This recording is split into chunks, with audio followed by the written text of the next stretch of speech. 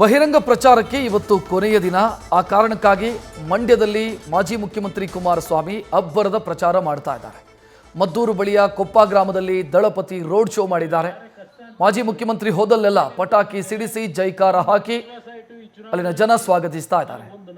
HDKಗೆ ತಮ್ಮ ಕೈಲಾದಷ್ಟು ಹಣ ಕೊಡ್ತಾ ಇದ್ದಾರೆ ಮಹಿಳೆಯರು.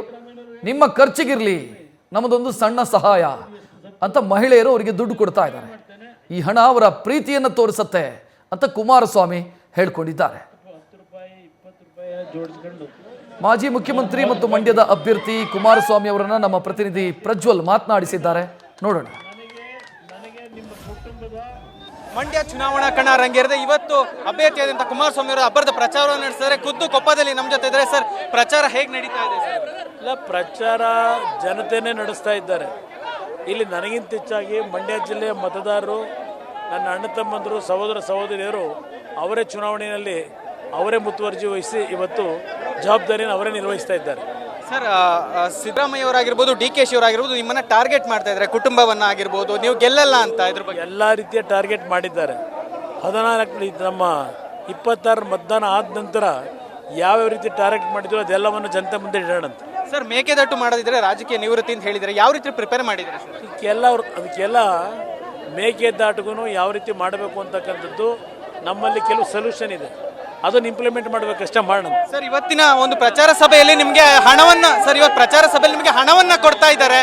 ಜನರು ಹಣ ಕೊಡ್ತಾ ಇದ್ದಾರೆ. 10 ರೂಪಾಯಿ 20 ರೂಪಾಯಿನೂ ಸಹ ಹಳ್ಳಿಯ ಬಡ ಕುಟುಂಬದ ಹೆಣ್ಣು ಮಕ್ಕಳು ಅದೇ ಕೊಡ್ತಾ ಇದ್ದಾರೆ. ಅದು ಅವ್ರ ಪ್ರೀತಿ ತೋರಿಸುತ್ತೆ. ಓಕೆ, ಇದು ಕುಮಾರಸ್ವಾಮಿ ಹೇಳ್ತಕ್ಕಂಥ ಮಾತು. ಕೊಪ್ಪದ ಒಂದು ಸಮಾವೇಶದಲ್ಲಿ ಅವರು ಈ ಒಂದು ಮಾತುಗಳನ್ನ ಹೇಳ್ತಾ ಇರ್ತಕ್ಕಂಥದ್ದು. ಕ್ಯಾಮರಾ ಪರ್ಸನ್ ಹರ್ಷಿತ್ ಜೊತೆ ಪ್ರಜ್ವಲ್, ನ್ಯೂಸ್ ಫಸ್ಟ್ ಮಂಡ್ಯ. ಮೊದಲ ಹಂತದಲ್ಲಿ ಎಲೆಕ್ಷನ್ ನಡೆಯೋದಕ್ಕಿರುವಂಥ ಒಟ್ಟು 14 ಕ್ಷೇತ್ರಗಳಿಗೆ ಇವತ್ತು ಬಹಿರಂಗ ಪ್ರಚಾರ ಅಂತ್ಯ ಆಗ್ತಾ ಇದೆ.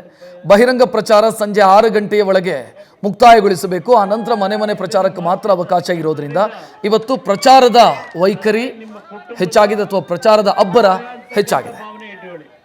ನಾನು ಲೋಕಸಭಾ ಸದಸ್ಯನಾಗಿ ಈ ಚುನಾವಣೆ ನಿಮ್ಮಲ್ಲಿ ಮನವಿ ಮಾಡ್ತೇನೆ. 10 ರೂಪಾಯಿ 20 ರೂಪಾಯಿ ಜೋಡಿಸ್ಕೊಂಡು 130 ರೂಪಾಯಿ ಕೊಡು. ಇದೇ ನಮ್ಮ ಆಸ್ತಿ ಅಂತ ಅದಕ್ಕೆ ಅದರಿಂದ ನನಗೆ ನಿಮ್ಮ ಕುಟುಂಬದ ಮಗ ಅಂತಕ್ಕಂಥ ಭಾವನೆ ಇಟ್ಕೊಳ್ಳಿ. ನ್ಯೂಸ್ ಫಸ್ಟ್ ನಿರ್ಭೀತಿಯಿಂದ ನಿಮ್ಮ ಪರವಾಗಿ.